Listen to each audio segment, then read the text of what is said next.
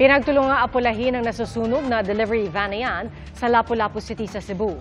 Nakaparada ito malapit sa isang paaralan nang masunog. Ay sa Lapu-Lapu City Fire District, isa sa mga parcel na may lamang solar light ang tinitignang sanhi ng sunog. Naisalba ng mga rumisponde ang kalahati ng mga parcel.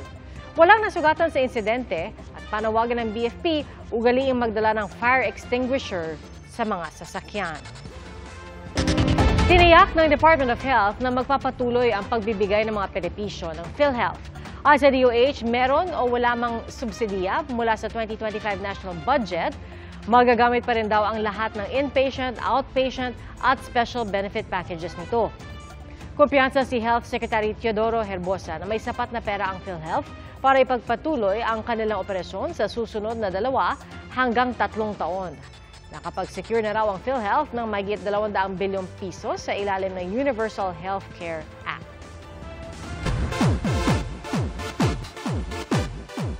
Big winner ang birthday girl na si Taylor Swift sa Billboard Music Awards 2024.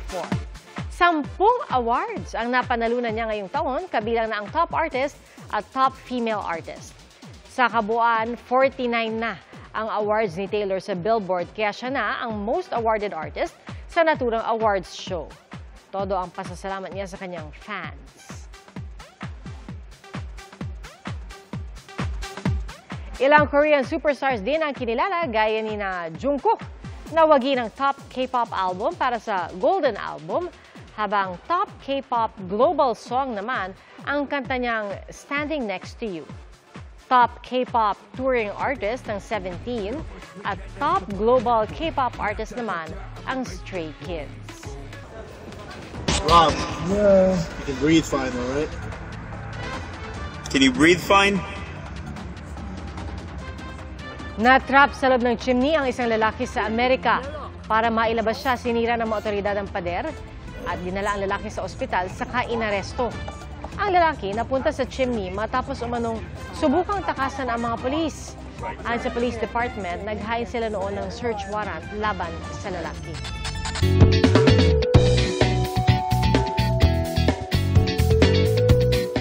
May kapangyarihan daw ang pag-iisip na magkakatotoo ang isang bagay.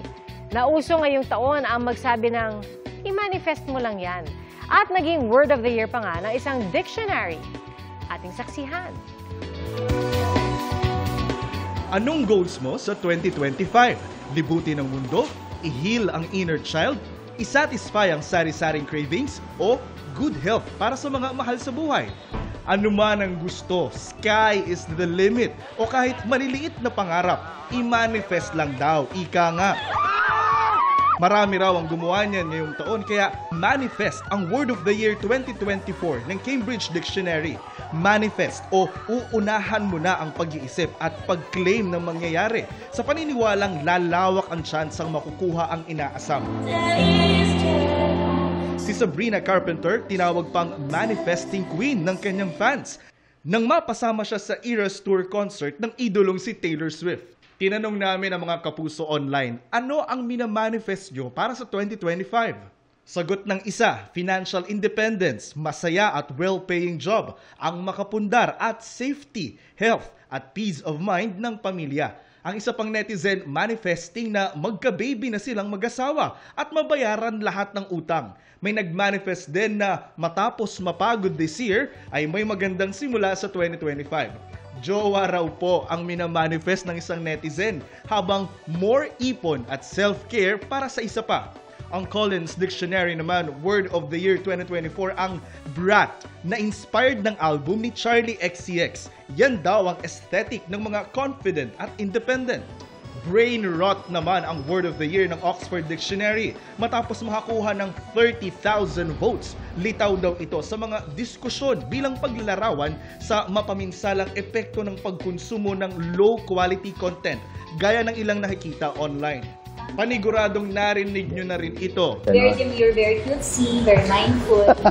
Nauso ang mga katagangan ngayong taon, kaya Word of the Year ng Dictionary.com ang salitang demure, na ang tradisyonal na gamit ay paglalarawan sa mga tahimik at mahinhin. Pero kumalat sa social media ang pagtukoy nito sa pagkadalisay o sophisticated. Para sa GMA Integrated News, Jonathan Andal ang inyong saksi. Mga kapuso, 12 araw na lang, Pasko na. Salamat po sa inyong pagsaksi. Ako si PR Kanghel para sa mas malaking misyon at sa mas malawak na paglilingkod sa bayan. Mula sa GMA Integrated News, ang News Authority ng Filipino, hanggang sa Lunes, sama-sama po tayong magiging saksi. Mga kapuso, maging una sa saksi. Mag-subscribe sa GMA Integrated News sa YouTube para sa iba't ibang balita.